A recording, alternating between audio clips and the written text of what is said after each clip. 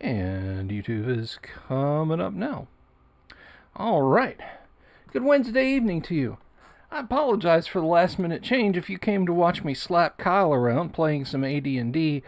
My sincerest apologies because you see he actually had something come up and information got lost along the way. So you just have my smiling face to look at tonight. Now, I am going to be on Jayashiro's live stream tonight, and Kyle might be joining us too. That is entirely up to our handsome host over there. But I hope you're doing okay. I hope you're having a good Wednesday night. We'll find something to talk about for a little bit before I scurry off to other things. Gosh, what's been going on with me over the last something odd hours? Not much, really, to be honest. I have just been keeping on, and enjoying things as they come, as I always do. I have not painted on the miniatures that I have down here on the table. I'm holding those sacrosanct for our Wednesday get-togethers. These guys, these Grenadier hirelings, there's 2, 4, 6, 8, technically 10. Now, I don't know how many miniatures Grenadier said on the original hireling box. If you happen to have the hireling gold box and you want to check me out on that, that's fine. But I say this is 9 miniatures, not 10, because this one, I think, if you can see that hardly counts as 2 figures. You've got to move these guys together as one on the tabletop. So I think if Grenadier advertised those as a set of 10 figures, I think you got ripped off back in the day. I'm just glad I have them. We're going to have some fun painting those tomorrow, actually, during that live stream, because we're finally going to get into some colors other than skin tones. I think I'm going to break out, and I'm going to start with some greens, with some nice vibrant greens to put on guys' tunics. This halfling's hat is definitely going to be green. I've just decided that his hat's going to be green, and a lot of it's going to get blown out by the fire glow from the torch he's holding, but it's still going to look neat, I think. And I'll do some other, I'll do some green trousers and that sort of thing. But between now and then, I've also got to clean up my my wet palette. That thing smells like mold, and it's because it sat a really long time. I didn't start with a clean box. I started with one that had been sitting for a while. So if I can get that mold smell out of there, I'll do that. And if not, I'll just have to get another box. But yeah, we're going to have a fun time painting tomorrow. And then Friday, well, we'll just have to see what comes up on Friday. I haven't had a lot of stuff to review or talk about lately. I'm hoping to fix that. I want to dip down to my friends over at Gods and Monsters here in Orlando. Gods and Monsters, they're the best comic and game shop and all-around one-stop geek store in the entire city of Orlando. If you come to Central Florida and you're like, okay, fam, we're going to Disney. We're gonna go to Universal. We're gonna go to Disney. We're gonna go to SeaWorld. We're gonna go to do all the things. You've got to include Gods and Monsters in that trip. One, they're right there in that hub of tourist action. They're right down on International Drive.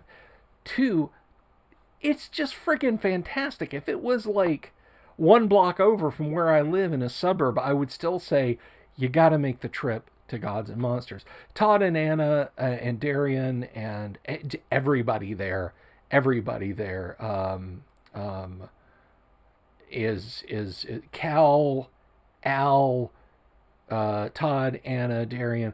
They're all fantastic folks, and you can get an icy cold beverage while you're there. I don't just mean they got a Coke machine. I don't just mean they've got like a refrigerator type thing with snacks up front. Gods and Monsters features Vault 5421, which is a full service bar. You can go back there, you can get yourself a Jack and Coke, you can play some classic video games in a Wasteland slash Fallout themed sort of, well, the name says it all, vault like bar. It's just too cool for words. So if you're coming to Orlando, I'm afraid I'm going to have to insist that you check out the Vault. It is fantastic. And they did all the design and decoration themselves. So it is tres cool. But yes, so I'm going to have to get down there and check out their used RPG section and see if they've got any more Twilight 2000 stuff, because I don't have anywhere near a complete collection of Twilight 2000 first edition, which is, fortunately, it's fairly easy still to get Twilight 2000 stuff in print. It's not like, first edition AD&D where it's like, oh yeah, I'd like a pastel copy of Tomb of Horrors. Oh no, that's $100 plus. If it's in good repair, and if you want the Return to Tomb of Horrors set with that in it, yeah, be prepared to pay $200. But I've talked about the price. I'm sorry, my nose is itching a little bit. I've talked about the price of collecting OD&D and AD&D before, and it is right now. It's not for the faint of heart. It really is not. And I'm going to be honest with you. I don't want to be morose, but I do want to talk about a couple of things that are I think are fairly important. This is serious time. Many of the creators of original and advanced Dungeons and Dragons, many of the people who worked on those are getting on in their years, and this race only ends one way, right? So if you're going to go to a con, if you're going to snap up something to collect, I would recommend doing it now, because the more those folks pass on, the more expensive it's going to become. I don't think it'll ever cool down, as it were. Nobody is going to find a giant warehouse full of 100,000 wood grain OD&D sets and just knock the bottom out of the market or anything like that. It's not like It's not like crypto, It's just going to get rarer, and the more of those greats we use. I mean, Gary and Dave have already passed on. The more of those folks that like I said, go to the next level, the harder and harder it is going to be to collect that sort of thing. But now that I've said that, now that I've really brought the mood way down, let me just say that Twilight 2000, which is a game that I love, is still pretty accessible. It's still pretty darn accessible, and I'm very happy about that. I have had no problem locating things. You're paying about $25 per module. Now, the price of the 1E Twilight 2000 box set has jumped up some. I was seeing it for about $30 for a long time. That was just where it was fixed, and it's now jumped up into the 40s and 50s. I don't know if it's the advent of the version of it that's come out from Free League or not, but there we go. So, but anyhow,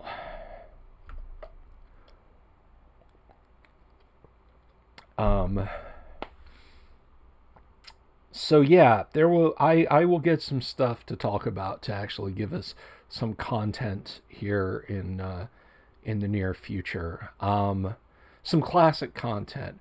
we've done we've done a classic unboxing of Holmes Basic D&D, and that was a lot of fun. I hope you guys enjoyed it. I did. Maybe we'll do a classic unboxing of. Heck yeah! You know what? Let's just say that this is going to happen in the next little while. We're going to do a classic unboxing of Space Hulk Second Edition, and a classic unboxing of Dungeon, and we'll take a look at some great old board games from back in the day, because that's something that's a thing now. Board games are huge, and specialty board games. I'm not just talking about Monopoly, Parcheesi, Sorry, Chutes and Ladders. I mean, there's just about a board game, and I'm not a board gamer, right? Like, people, for a decade and a half or maybe more have tried to sell me on Catan. Ooh, Bill, have you tried Catan? No, I haven't tried Catan. I don't want to try Catan. When you bring me, like, cybernetic death bots of Catan, or bring me, sorcerers of Catan, or dungeon adventuring party of Catan, then I'll play Catan, okay? Until then, that's fine. But there's one that fits just about every other niche out there in terms of, and that's just that one. Now, a game that I do want to play, like I would love to have a play session of, not necessarily on camera, but just something to report back, is I would absolutely love, love to play some Blood Royale, which you guys saw.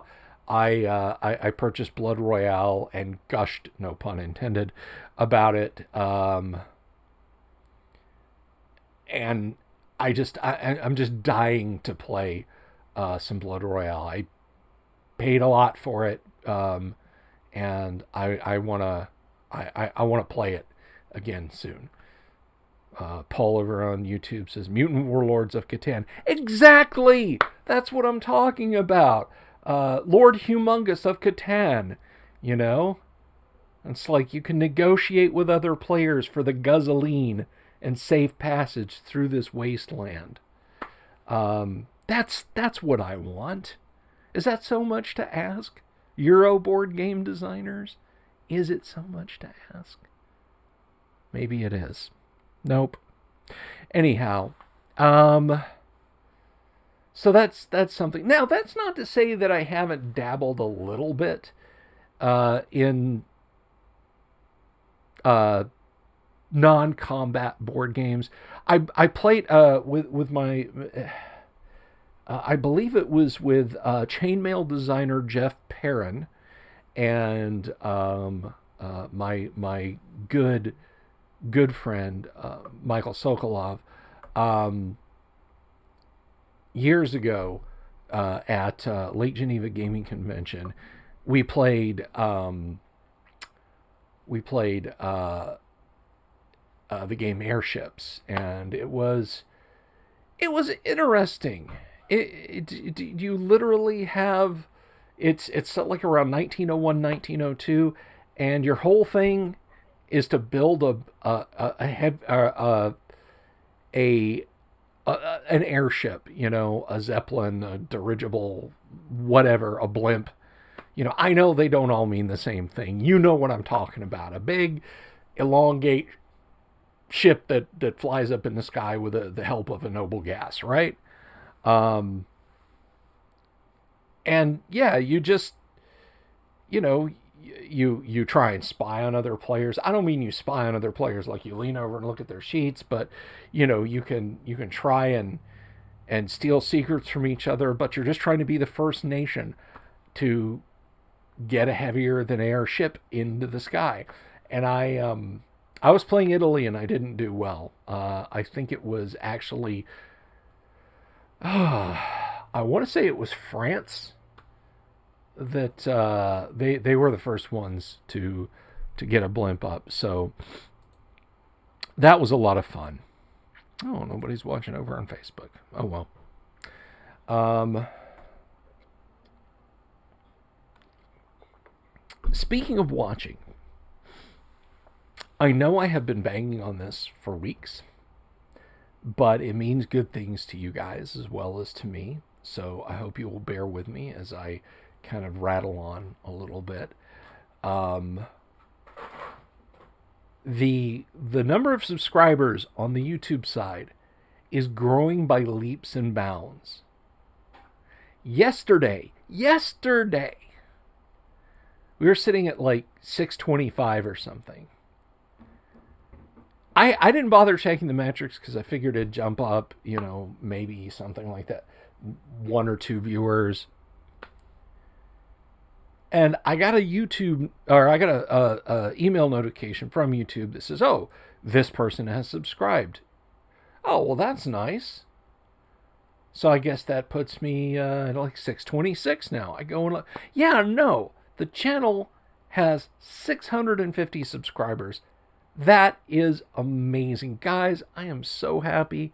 Thank you from the bottom of my heart. That just makes me just smile. I can't help but smile about that. That is fantastic. And I'll tell you what we're driving towards. Well, what I'm driving towards, and I hope you guys come along too.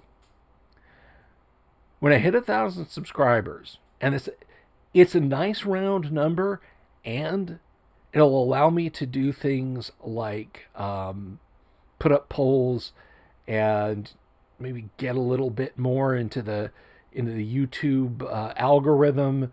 My videos will be suggested a little bit more. But when I hit 1,000 subscribers, I am going to celebrate that by scheduling and having a virtual mini-con. I will open up the game room in the virtual sense, and folks can come and play at various games that I'll run through a day. We'll start nice and early at whatever hour in the morning. I'll probably do it on a Saturday, right? Everybody likes to do that kind of thing on Saturday. And then we'll just play all the way through until the end of the last game, sometime Saturday night / early Sunday morning.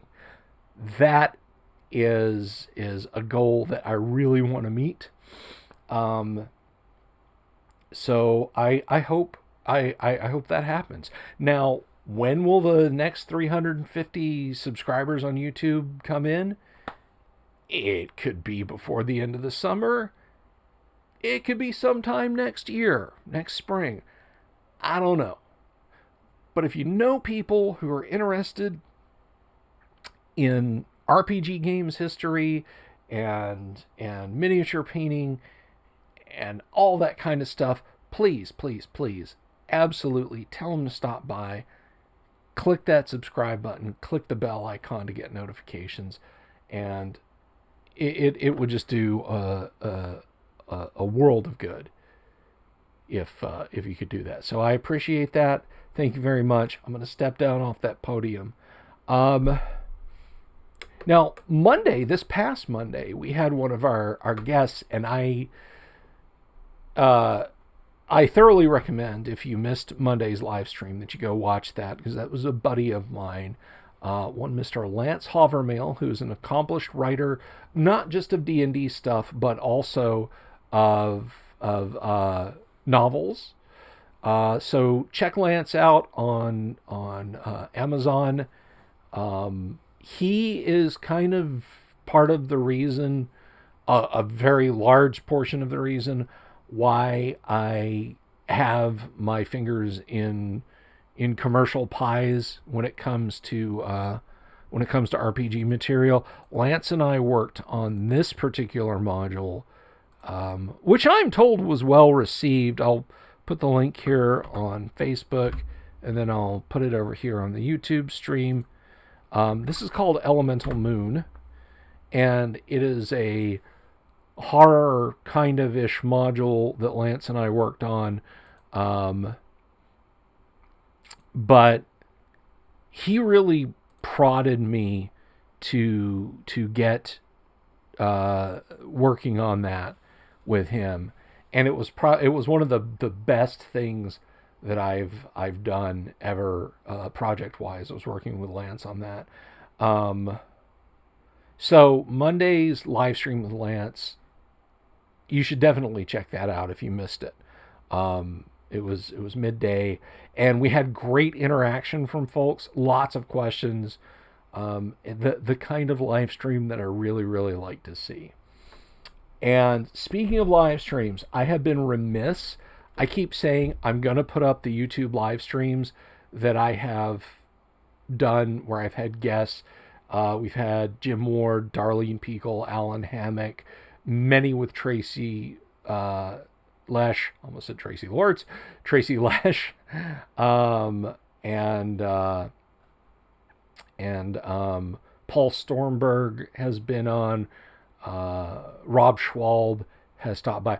I've got, I think, a dozen of those, and they're not up on YouTube. They're only on Facebook, and you got to dig down through my Facebook account. And as much as I hate to say it, I'm not going to be, I'm not going to be around on Facebook. So if you message me or post on my wall and say, "Hey, I'm looking for your links to your thing," I'm just going to miss it. I'm just going to miss it. Well, I should clarify. Yes, I will respond to a private message on Facebook, but if you just post looking for it, I'm not going to see it because I'm not playing their little game anymore. I will continue to live stream on Facebook because I have friends over on Facebook. And I started doing this for Facebook friends at the kickoff of Andromeda Strain because I didn't want people to feel alone or shut up or trapped in their homes with no resources. So I will keep dual streaming this over to Facebook and here on YouTube. But yeah, so if you go looking for my old interview live streams that I did, they're kind of hard to find. So I'm going to bring them over here to YouTube and start uploading them. But before I do that, I want to create bumpers to kind of give them context to whoever is going to view them. And I want to, I want to do that and do it reasonably well, at least as well as everything else around here, if not a little bit better, because everything else around here is kind of a clown show most of the time with my technical acumen or lack thereof.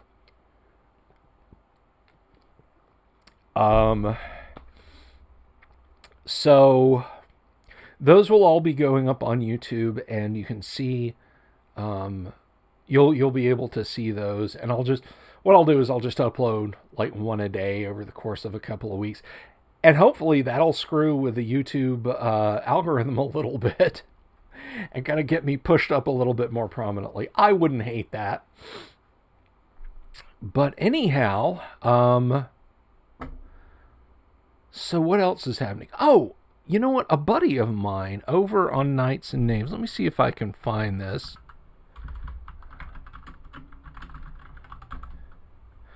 Was asking, I don't know if you guys are as big a fan of the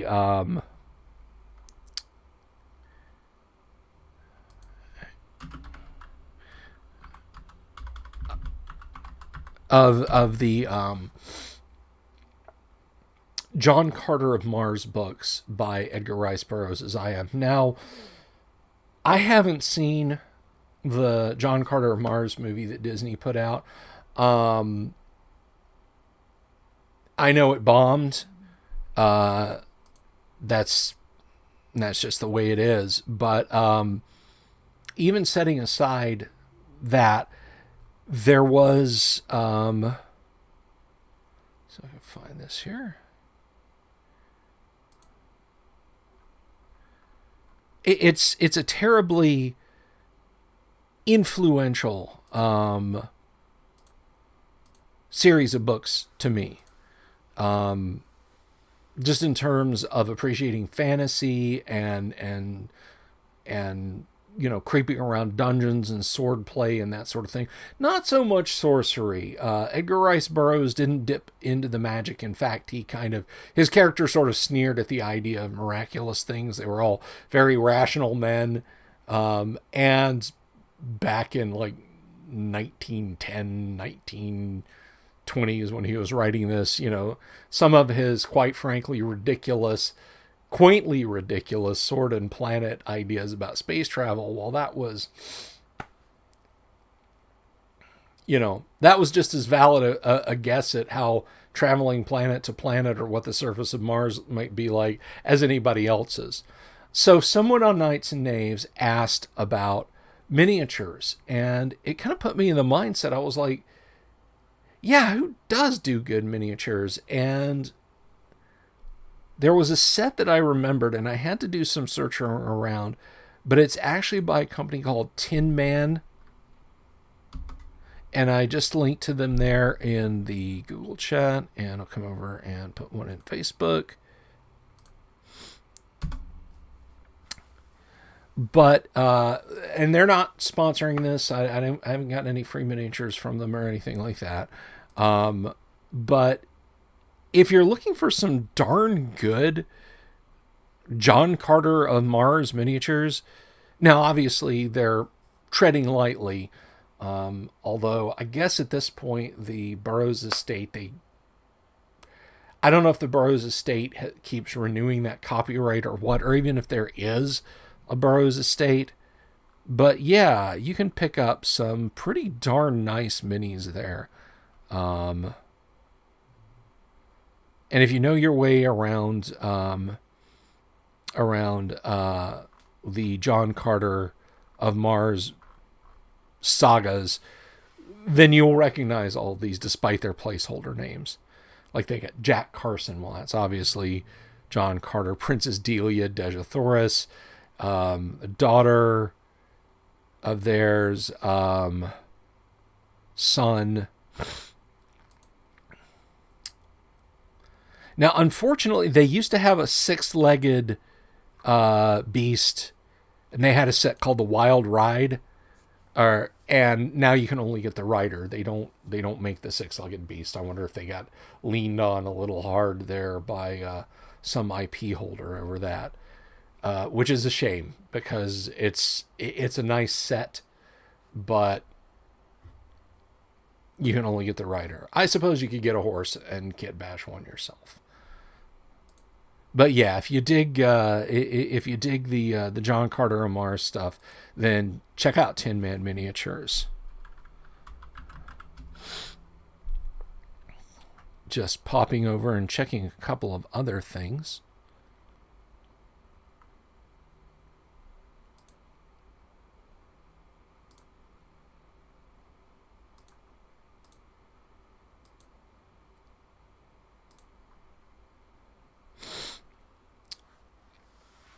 But anyway,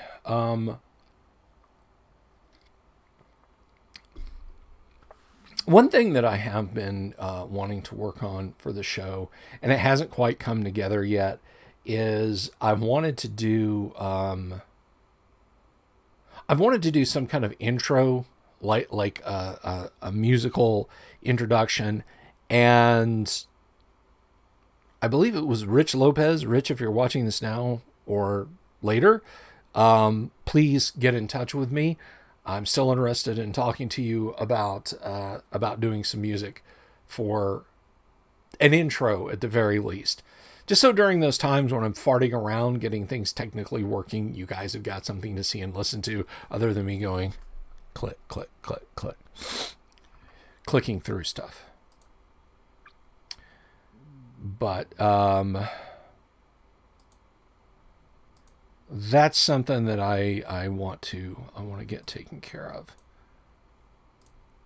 Some nice intro music for the live stream. And I certainly don't expect it for free, but another nice aspect of that is Rich is a gamer.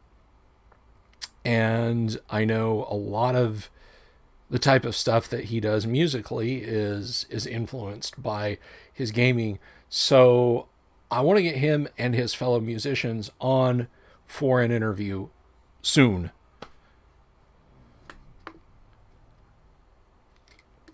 So all those things need to happen, Rich. If you're watching this, I'm counting on you. I updated the junk shelf, by the way. I don't know if you guys noticed over here. I've got a few newer odds and ends. I've got Ogre, the Dragon Magazine section. Got some Speed Racer playing cards. I still got my off on the far end there. I've got the Macross model. I got my Tick Mystical Order of Arachnid Vengeance Society, and a little Apollo 11, almost at Apollo 13. That wouldn't have worked. A little Apollo 11 postcard, which I guess if you're as big a fan of the space program as I am, you heard about the passing of Michael Collins, who of course was the astronaut who basically he was the CM pilot while Aldrin and Armstrong landed on the moon. He managed the CM and then rendezvoused with them and got him back to Earth. Well, Mr. Collins has passed away, leaving us just one legend fewer from a great legendary era. Let's see.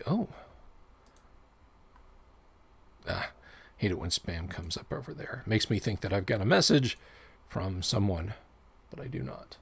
So, yeah, there's not really a whole lot else going on this evening.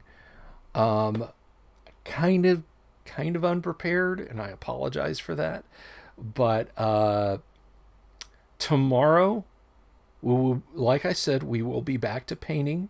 We're going to throw some color on these minis, and it's going to look good. We're going to have a lot of fun. If you've been following along, and I'll discuss the painting very briefly if this is like your first time hearing me talk about painting, or you just don't remember or what have you. But my painting technique is the simplest thing in the world, and it produces, I think, some pretty okay results. I'm not going to win any Crystal Brush awards, but I'm not after those. I'm just after something that looks decently good on the tabletop. The first is probably one of the coolest things in the world. It is the triad system. And no, that doesn't mean that I have traffic with the Chinese mafia. Although, to be quite honest with you, if they would come and paint my minis, I would do some kind of deal with them. No, I wouldn't. I'm kidding. So let's see if I can... All right, here's a fine example. I've got the I'll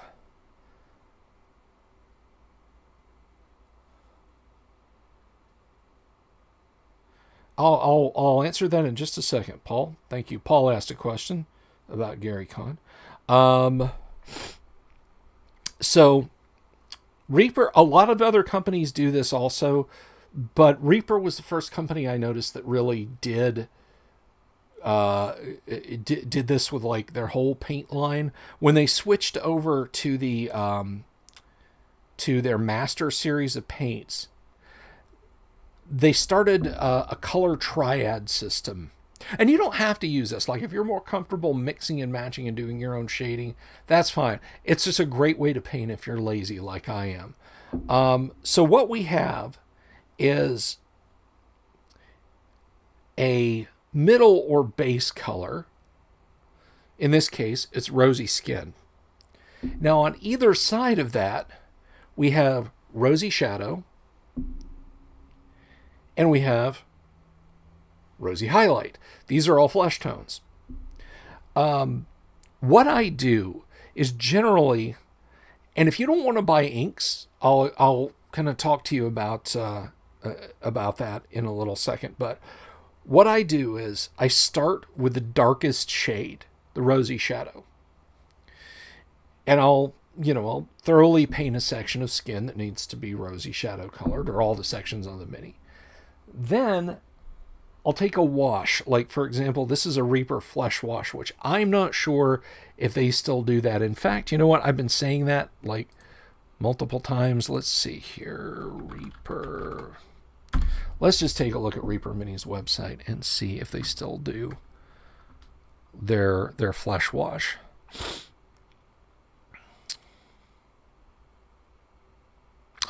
So slow, this connection.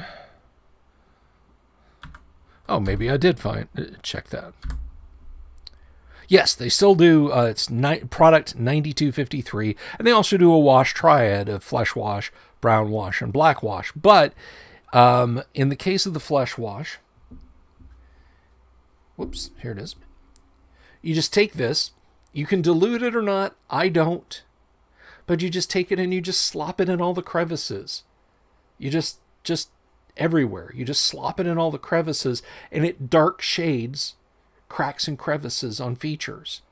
And it works with any, well, the flesh wash doesn't work, but color washes work with any color. You can use green ink on green to get shadows, deep shadows in recesses and so on. But once that's dry, I'll then come in and I'll do highlights with rosy skin. Literally higher points, not down in the recesses, but like where the light's going to be hitting on skin. Like if I was doing a miniature's hand and it was here, I would hit here. I'd hit the top of the thumb. Maybe I'd come down and do the top of the middle and the top of the ring finger. Might not do the pinky. It's kind of tucked away down there, but I would definitely get the back of the hand. And that's rosy skin. So there's our rosy shadow and our rosy skin applied. And then there's two ways you can use your lightest color. And I'll talk a little bit about lightest in just a second. You can just do another finer highlight on top of the highlights you've already done. Thinner, as in literally like narrower, not thinning the paint. But you can do thinner highlights, or you can do a dry brush with the highlights and get all your high points done up with this. Now, if you want to keep going, if you want to keep bringing those highlights out more and more and more, once you've done your next highlight, whether you've dry brushed it or whether you've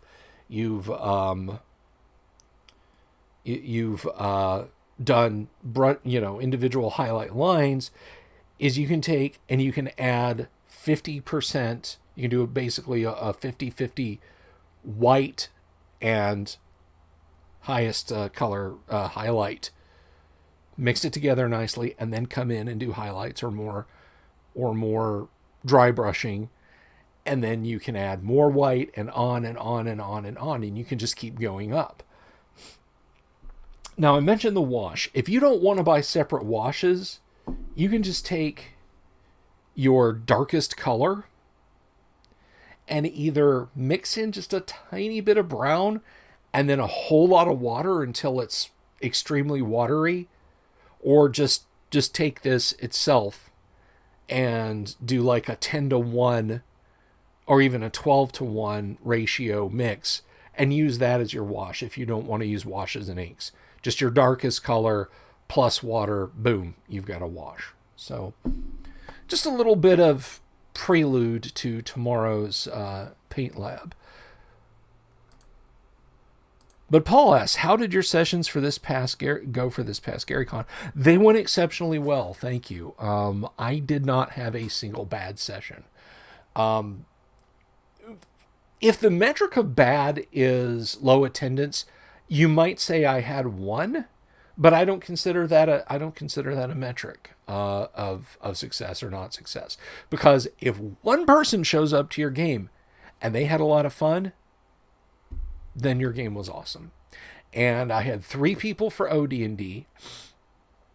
I had a full dance card for Gamma World the night before. 3 people for OD&D. That night I had, I'm sorry. It was Gamma World the first day. Yeah, Gamma World the first day, OD&D on Friday, and then Saturday 2 AD&D sessions. And Sunday was Twilight 2000, and every session went fantastic. I have no complaints at all about those games. It was good stuff. It was really good stuff. Everyone seemed to have a great time, and I enjoyed the hell out of myself. So I have zero complaints about Gary Con from a GMing standpoint. So I feel like there was some, gaming news. I wanted to mention this. Let me see if I can find this real quick.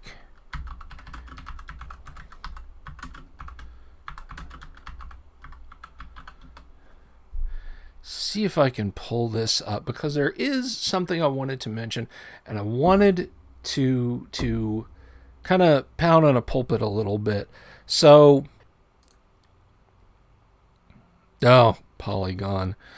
Anyway, Jeff Goldblum will be in a fan-made Dungeons & Dragons podcast called Dark Dice, created and written by Fool and Scholar Productions. The high-concept audio drama starts out as a traditional session of D&D, complete with dice and a dungeon master. Sequences are then cut, condensed, and performed with additional voice acting, original music, and sound effects. Episodes featuring the Jurassic Park actor will begin airing for free on May 12th. The announcement was made Wednesday by Deadline.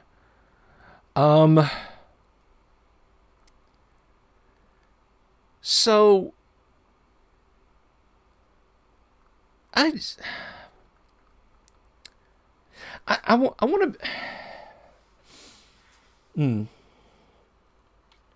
I'm of two minds about this. First of all, Jeff Goldblum is a great actor. By all accounts, he's a quirky weirdo and a lot of fun to hang around. And I really want to hold on to the notion that a rising tide lifts all boats. That if this gets people looking at and playing RPGs in general, that it can only be good for the hobby. But there's a very dark and cynical part of me that detests this kind of, I mean, quite frankly, at the risk of being crass, starfuckery. And I've beaten on this before, but I'm gonna, and I may even go on this a little bit, when I'm on Ishii's stream later this evening. But I wanna be 100% clear about something. When I played D&D when I was a kid,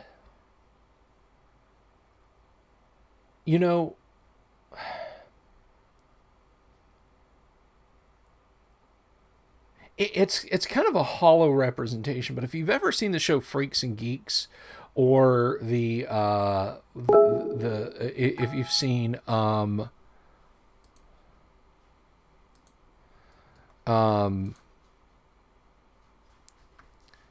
if you've ever seen, of course, most of you probably have seen Stranger Things, the way the kids kind of get sort of backhanded by the cool kids in the show, that's really sort of the way it was.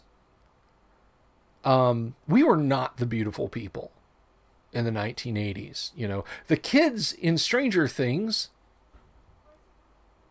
are the same age I was during the time that Stranger Things is set.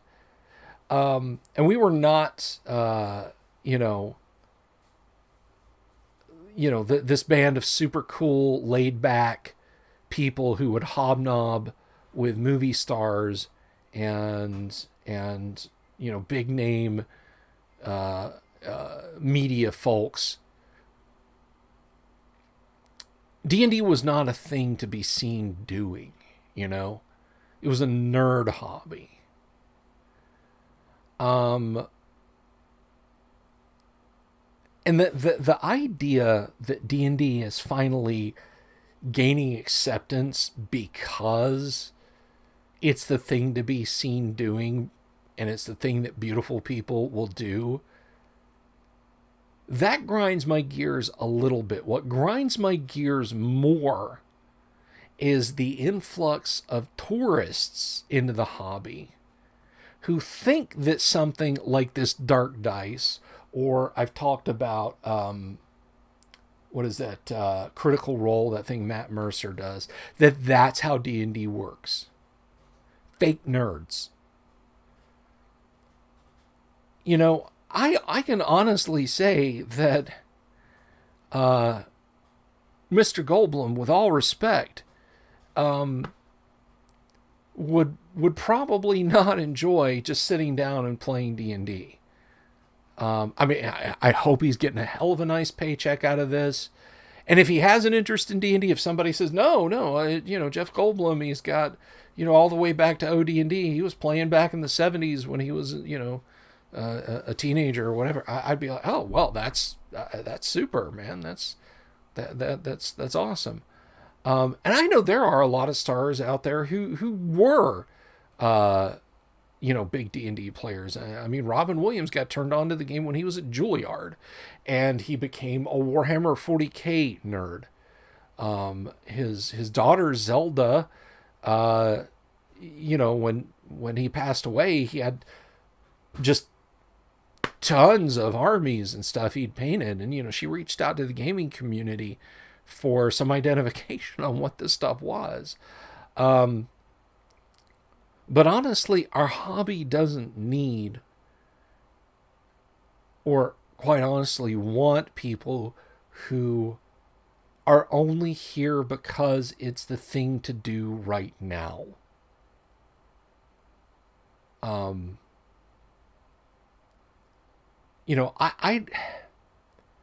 people have said, like, oh, well, Vin Diesel played D&D with Judi Dench on the set of that second Riddick movie. I'm like, so what? I mean, if Judi Dench or Vin Diesel showed up at my gaming table, you know what I'd tell them? Here's 4 6-sided dice. Start rolling.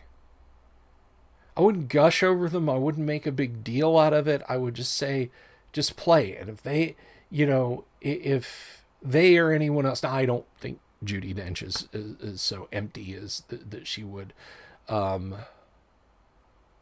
be doing this, but there are certainly other pop icons who would, stopping and snapping selfies and, on Insta and stuff like that. Like, I'd just be like, look, just leave. You're not, you're here for social geek cred. You're not here to play. Don't want you at the table. It just kind of bugs me that these ultra slick, pre-packaged, let's face it, movies that don't introduce people to D&D. I mean, it's as proper an exploration of Dungeons and Dragons as walking through Frontierland in Disney is an exploration of American history. And it's got about the same depth to it. So, best of luck to this Dark Dice project and a guy who's got $1 bajillion for, having been in Marvel movies and everything else. But don't ever fool yourself into thinking that that's the way D&D works, because it isn't, and it doesn't. And you're doing yourself a huge disservice if that's what you think, if that's what you think D&D is, or that's how D&D works.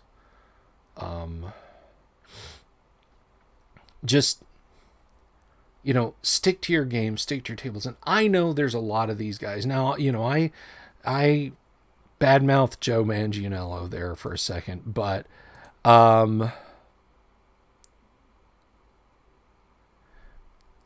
one thing, Joe Manganiello, by latching on to this, he found out about one of my favorite things in the world, which is Gorgonaut Studios, which is one guy. Well, he's got a stable of actors, but it's one guy producing a fucking psychedelic 70s AD&D drenched fantasy in the vein of Bakshi's Lord of the Rings. He rotoscopes the whole thing.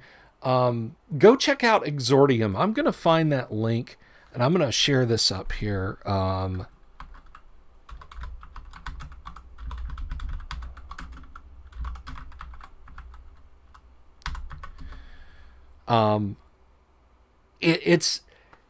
It's like 8 minutes of the best time you can spend all day.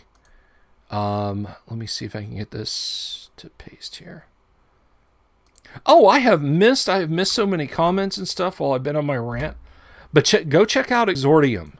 Exordium is the bomb. And I'm sharing that over on Facebook too, so you guys can, anyone who watches this later on Facebook, you can see that too. But you know, this is a guy doing. He's doing the whole thing by himself, and he's been trying to get like a feature length animated piece. Well, you got to pay people, you know, you got to eat while you're spending 13 hours a day behind your computer screen editing this stuff, right? Well, Joe Manganiello heard about it through the nerd grapevine, and he's getting it done for the guy. So right fucking on. That is an example of somebody not being a fake nerd, somebody stepping up and doing something awesome. And if he heard that through D&D culture, that's great. Now I'm gonna get to your comments here. So let's see. Hey Chris, greetings to you. Revenge of the Nerds is my Old Testament. We all had our quirks and we all stuck together without parlaying for acceptance from people that thought they were too normal for our hobbies. Thank you, Paul. Eloquently said, beautifully said. Mwah! That was fantastic. Very well said. Love Jeff Goldblum as an actor, but the mainstream of so-called nerd culture is annoying as all get out. Absolutely. Mark Corey, greetings to you. Mark's in my Monday night game.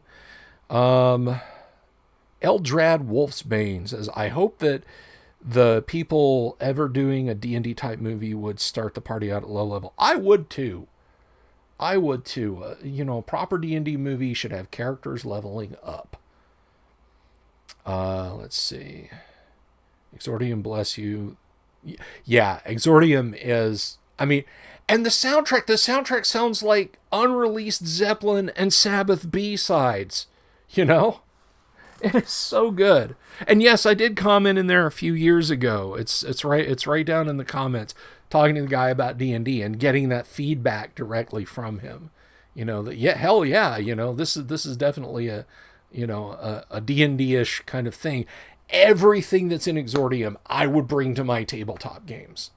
Like sometimes I look at stuff in movies like, oh, that looks like a cool thing. I could make a spell out of that, or I could have that guy's an NPC. No, I could take the whole universe that he's building up with this series of short films and just piece it together as modules, just exactly like they go on screen.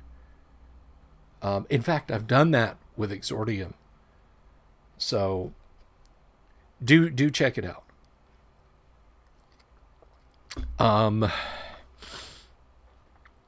But anyway, let's see. So in a little while this evening, I'm going to be, like I said, I'm going to be on Ishii's live stream. I want to check something real quick. Do.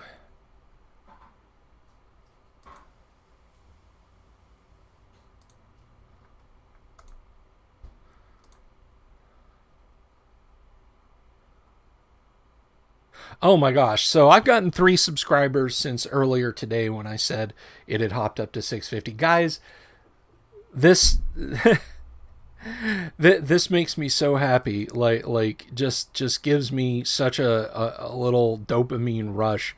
I thank you all so much for getting the word out about the channel. It's just so cool to see so many people subscribing. And guys, I get it. Okay. There's little PC hobbyist dudes who upload, like, don't watch it too much, Mark. That might show up in the game one night.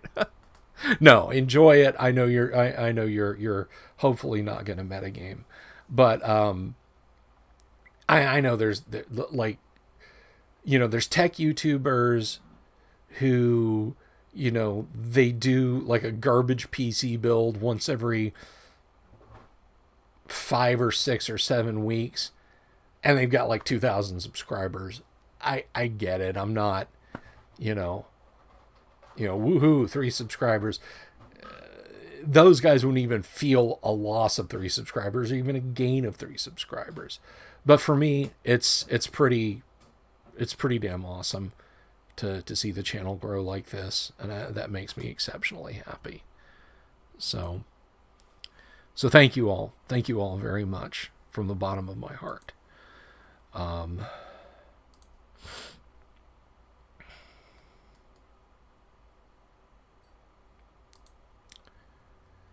So I really, really appreciate that. Oh my goodness. So I don't really have anything else to cover tonight. It was nice to get to kind of hop over and see everyone, to see everyone in the chat all of a sudden. It's like I had that the tab with the thing about Jeff Goldblum open, and I got on my bully pulpit about gatekeeping our hobby and making the fake nerds be real nerds, and then I come over and I'm like, oh my god, all these comments. So thank you all for that, for that level of engagement. But I think I am going to go ahead and dip out now. I'm going to share, let's see. See if I can find Ishi's channel real quick here. And you should subscribe to him too, by the way, if you're not. Here's his channel. You can check that out. That's where I will be later tonight, doing a live stream with he and his wonderful wife. Let's get over. I'll stick that on Facebook too. So you can check me out over there. I'll be over there in probably, I don't know, hour and a half or so.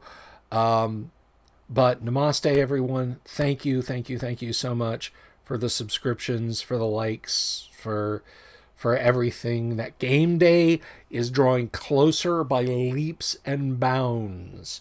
And when I say game day, I don't just mean like, oh yeah, you can come on Discord and I'll play D&D.